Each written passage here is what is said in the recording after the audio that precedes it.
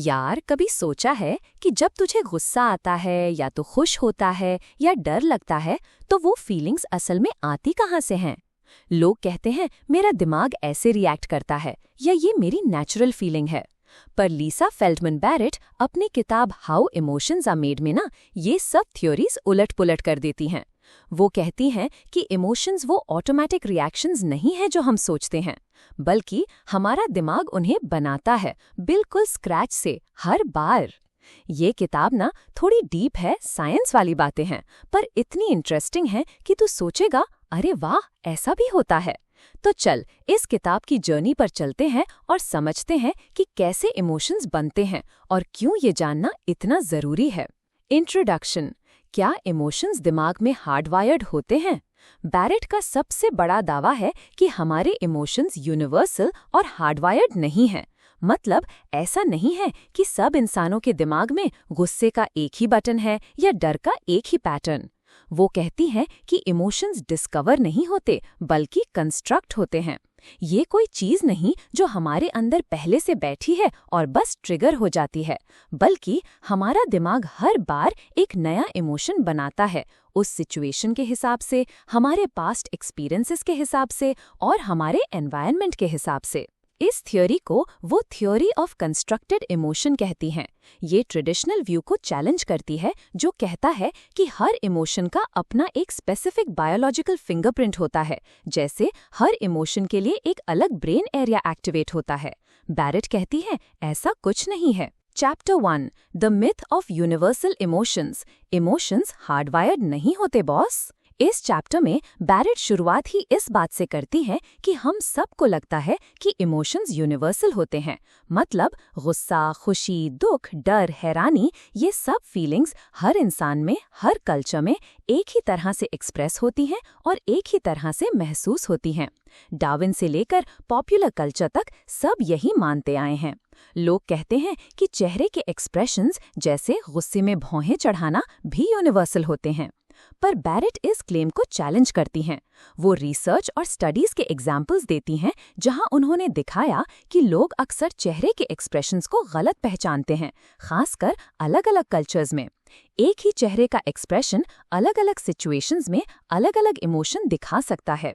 जैसे आंखों में आंसू खुशी के भी हो सकते हैं और दुख के भी। गुस्से का चेहरा सिर्फ गुस्सा नहीं दिखाता, कभी-कभी फ्रस्ट्रेशन या तकलीफ भी दिखाता है। वो कहती हैं कि साइंटिस्ट्स ने भी इमोशंस को नेचुरल काइंड्स की तरह क्लासिफाई करने की कोशिश की है, जैसे बायोलॉजी में अलग-अलग स्पीशीज होती हैं। पर इस थ्योरी को सपोर्ट करने के लिए बायोलॉजिकल एविडेंस नहीं मिलता। कोई गुस्सा सेंटर या डर सेंटर नहीं है दिमाग में। दिमाग के सेल्स किसी इमोशन के लिए स्पेसिफिक नहीं होते। एक ही सेल अलग-अलग इमोशंस में पार्टिसिपेट कर सकता है। Chapter 2, the brains most important job, prediction. दिमाग का सबसे बड़ा काम अंदाजा लगाना। बैरेट कहती हैं कि हमारे दिमाग का सबसे जरूरी काम पास्ट के डेटा के बेसिस पर फ्यूचर का अंदाजा लगाना है। दिमाग हमेशा ये प्रिडिक्ट करता रहता है कि अब आगे क्या होने वाला है और उसके लिए बॉडी को कैसे तैयार करना है। इसे वो बॉडी बजट कहती हैं। दिमाग हमारी एनर्जी को मैनेज करता है, कब यूज करना है और कब बचाना है। ये प्रिडिक्शन प्रोसेस हमेशा चलता रहता है, बिना हमारे जाने। जब तू किसी नई सिचुएशन में जाता है तो तेरा दिमाग अपने पास्ट एक्सपीरियंसेस से मिलता-जुलता पैटर्न ढूंढता है और उसके हिसाब से एक प्रिडिक्शन बनाता है। अगर प्रिडिक्शन सही होता है तो सब ठीक, अगर गलत होता है तो तेरा दिमाग अपनी प्रिडिक्शंस को अपडेट करता है। इस चैप्टर में वो अलोस्टेसिस का कॉन्सेप्ट भी बताती हैं, जो होम्योस्टैसिस से अलग है। होम्योस्टैसिस का मतलब है बॉडी को एक कांस्टेंट स्टेट में रखना। अलोस्टेसिस का मतलब है बॉडी को फ्यूचर की जरूरतों के हिसाब से एडजस्ट करना, प्रिडिक्टिवली। Chapter 3, concepts everywhere. हमारे दिमाग के बिल्डिंग ब्लॉक्स, कॉन्सेप्ट्स। इमोशंस कैसे बनाते हैं? बैरेट कहती हैं कि दिमाग कॉन्सेप्ट्स का इस्तेमाल करता है। कॉन्सेप्ट्स वो मेंटल कैटेगरीज हैं जो हम अपने एक्सपीरियंसेस को ऑर्गेनाइज करने के लिए बनाते हैं। जैसे कुत्ता एक कॉन्सेप्ट है जिसमें हर तरह के कुत्ते आते हैं। गुस्सा भी एक कॉन्सेप्ट है।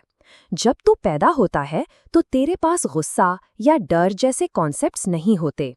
तू बस फिजिकल सेंसेशंस महसूस करता है, दिल तेज धड़कना, पेट में गुडगुडी। तेरा दिमाग इन सेंसेशंस को पहचानता है और अपने पास्ट एक्सपीरियंसेस और दूसरों को ऑब्जर्व करके इन्हें कॉन्सेप्ट्स में कैटेगराइज करता है।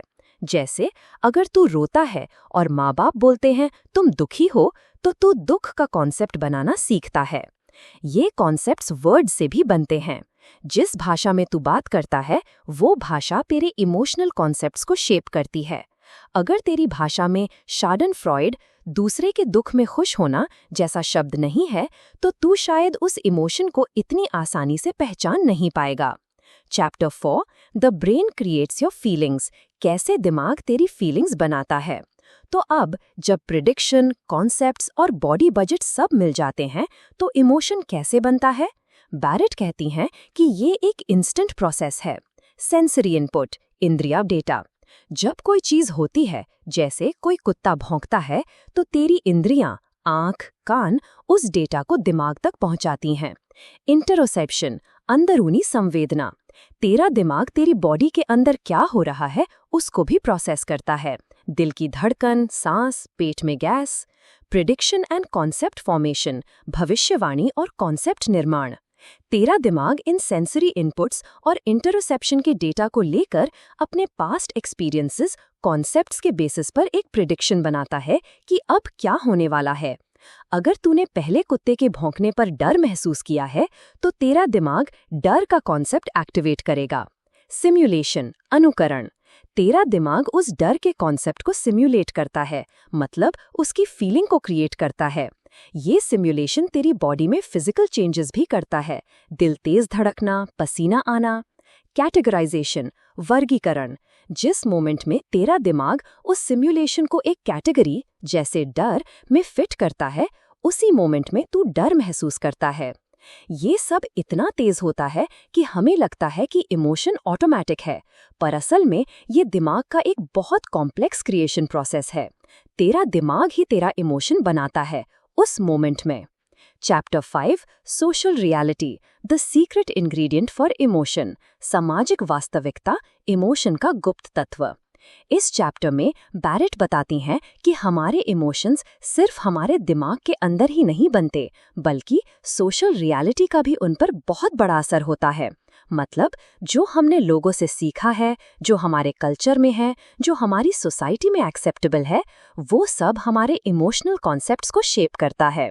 अगर एक कल्चर में किसी इमोशन के लिए कोई शब्द या कॉन्सेप्ट नहीं है, तो उन लोगों को उस इमोशन को पहचानने या महसूस करने में मुश्किल हो सकती है। जैसे अमाए, जापानीज में एक सुखद निर्भरता की फीलिंग जैसा कोई शब्द हिंदी में नहीं है, तो इंडियंस को इस फीलिंग को पिनपॉइंट करना मुश्किल हो सकता है। बचपन से ही जब हम छोटे होते हैं तो हमारे माँ बाप और आसपास के लोग हमें सिखाते हैं कि किस फिजिकल सेंसेशन को क्या नाम देना है। तुम दुखी लग रहे हो, क्या तुम गुस्से में हो? ये सब एक्सपीरियंसेस हमारे दिमाग में कॉन्सेप्ट्स बनाते हैं। चैप्टर 6 द बॉडी बजट, तेरा शरीर, तेरा दिमाग, एक बजट की कहानी। बैरेट कहती हैं कि इमोशंस का सीधा कनेक्शन हमारे बॉडी बजट से है। बॉडी बजट मतलब हमारा दिमाग कितनी एनर्जी कहाँ यूज कर रहा है। जब तू स्ट्रेस में होता है तो तेरा दिमाग ज्यादा एनर्जी यूज करता है, दिल तेज धड़कता है, सांस तेज होती है। ये सब बॉडी बजट की मैनेजमेंट है। क्रॉनिक स्ट्रेस या इम्बैलेंस इन बॉडी बजट से ना कई हेल्थ इश्यूज हो सकते हैं। जब तेरा दिमाग हमेशा हाई अलर्ट पर रहता है तो वो एनर्जी को एफिशिएंटली मैनेज नहीं कर पाता और इससे डिप्रेशन, एंजाइटी या और भी बीमारियां हो सकती हैं। ये चैप्टर बताता है कि इमोशन सिर्फ फीलिंग्स नहीं हैं, बल्कि वो हमारी बॉडी के फिजियोलॉजिकल स्टेट से भी जुड़े हुए हैं। अपने बॉडी बजट को सही से मैनेज करना बहुत जरूरी है एक हेल्दी इमोशनल लाइफ के लिए। चैप्टर 7 मास्टरिंग योर इमोशंस, अपने इमोशंस को कैसे मास्टर करें। अगर इमोशंस कंस्ट्रक्ट होते हैं तो क्या हम उन्हें कंट्रोल कर सकते हैं? बैरेट कहती हैं, हाँ बिल्कुल। अगर तू समझ गया कि तेरा दिमाग कैसे इमोशंस बनाता है तो तू उन प्रोसेस को इन्फ्लुएंस कर सकता है। कुछ तरीके जो वो सजेस्ट करती हैं। इमोशनल ग्रैन्युलैरिटी बढ़ाओ, अपने इमोशंस को और डिटेल में पहचानना सीखो। सिर्फ गुस्सा नहीं, फ्रस्ट्रेशन, इरिटेशन, अनॉयंस, इन सब में फर्क करना सीखो। जितने ज्यादा इमोशनल कॉन्सेप्ट्स तेरे पास होंगे, उतना ही तू अपने इमोशंस को एक्यूरेटली पहचान पाएगा और उन्हें मैनेज कर पाएगा। न्यू कॉन्सेप्ट सीखो, नई लैंग्वेजेस में इमोशनल वर्ड सीखो, नए एक्सपीरियंसेस लो। ये सब तेरे दिमाग को नई कॉन्सेप्ट्स बनाने में हेल्प करेगा। Deconstruct sensations. जब कोई स्ट्रॉन्ग इमोशन महसूस हो तो उसको एज अ होल इमोशन नहीं, बल्कि उसकी अंडरलाइंग फिजिकल सेंसेशंस को नोटिस करो। मेरा दिल तेज धड़क रहा है, मेरे पेट में गुड़गुड़ी हो रही है। जब तू सेंसेशंस को इमोशन से अलग करता है तो तू उस इमोशन की ग्रिप से थोड़ा बाहर आ सकता है। Change your environment. अगर कोई एनवायरनमेंट तुझे नेगेटिव इमोशंस देता है तो उसे बदलो। कभी कभी एनवायरनमेंट बदलने से बॉडी बजट और प्रेडिक्शंस बदल जाते हैं और नए इमोशंस कंस्ट्रक्ट होते हैं। Reframe your situation. जिस तरीके से तू किसी सिचुएशन को देखता है, उससे भी इमोशंस चेंज होते हैं। अगर तू किसी मुश्किल को चैलेंज की तरह देखेगा तो शायद तू एंजाइटी की जगह एक्साइटमेंट महसूस करेगा। बैरेट कहती हैं कि हम सब अपने आर्किटेक्ट्स ऑफ इमोशन हैं। हम अपने इमोशनल एक्सपीरियंसेस को शेप कर सकते हैं और अपनी इमोशनल इंटेलिजेंस को बढ़ा सकते हैं। Chapter 8, the future of emotion, emotion का भविष्य। इस लास्ट चैप्टर में बैरेट बताती हैं कि उनकी थियोरी का आगे क्या असर हो सकता है। वो कहती हैं कि ये थियोरी साइकोलॉजी, न्यूरोसाइंस और मेडिसिन में इमोशंस को देखने का तरीका बदल सकती है। मेंटल हेल्थ, डिप्रेशन और एंजाइटी जैसे डिसऑर्डर्स को शायद अब सिर्फ केमिकल इम्बैलेंस की तरह नहीं देखा जाएगा, बल्कि बॉडी बजट मिसमैनेजमेंट और इमोशनल कॉन्सेप्ट डेफिशिएंसीज की तरह भी देखा जाएगा। इलाज के नए तरीके मिल सकते हैं। Law and justice. अगर इमोशंस ऑटोमेटिक नहीं है तो क्राइम ऑफ पैशन जैसे कॉन्सेप्ट्स पर भी सवाल उठ सकता है। क्या कोई सच में कंट्रोल से बाहर था या उसका दिमाग बस एक पर्टिकुलर इमोशन कंस्ट्रक्ट कर रहा था? Artificial intelligence. अगर एआई को इमोशंस सिखाने हैं तो उन्हें कॉन्सेप्ट्स बनाना और बॉडी बजट मैनेज करना सिखाना होगा, ना कि सिर्फ प्री प्रोग्राम्ड इमोशंस। बैरेट का विजन है कि जब हम समझ जाएंगे कि इमोशंस कैसे बनते हैं तो हम ज्यादा कंपैशनेट हो जाएंगे, अपने लिए भी और दूसरों के लिए भी, क्योंकि हम समझ जाएंगे कि हर इंसान अपने दिमाग की बनाई हुई रियलिटी में जी रहा है। कंक्लूजन, तुम्हारे इमोशंस तुम्हारी रचना है। हाउ इमोशंस आर मेड एक ऐसी किताब है जो आपके इमोशंस को देखने का तरीका पूरी तरह से बदल देगी। लीसा फेल्डमैन बैरेट हमें एक नया साइंटिफिक फ्रेमवर्क देती हैं जिससे हम समझ सकते हैं कि कैसे हमारा दिमाग हमारे पास्ट एक्सपीरियंसेस, हमारे कॉन्सेप्ट्स और हमारे एनवायरनमेंट को मिलाकर हर पल एक नया इमोशन कंस्ट्रक्ट करता है।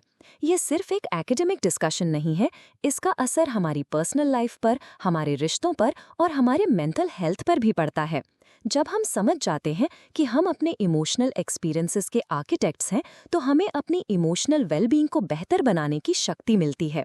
तो अगली बार जब तुझे गुस्सा आए या तू बहुत खुश हो, तो एक पल रुक कर सोच, मेरा दिमाग अभी क्या बना रहा है? और ये सोच कि अगर तू अपनी इनर लाइफ को बेहतर समझ गया तो तू अपनी फीलिंग्स को और अच्छे से मास्टर कर पाएगा। ये किताब सिर्फ दिमाग की बात नहीं करती, ये बताती है कि तू अपने अंदर की दुनिया को कैसे कंट्रोल कर सकता है। बहुत ही जोरदार किताब है भाई।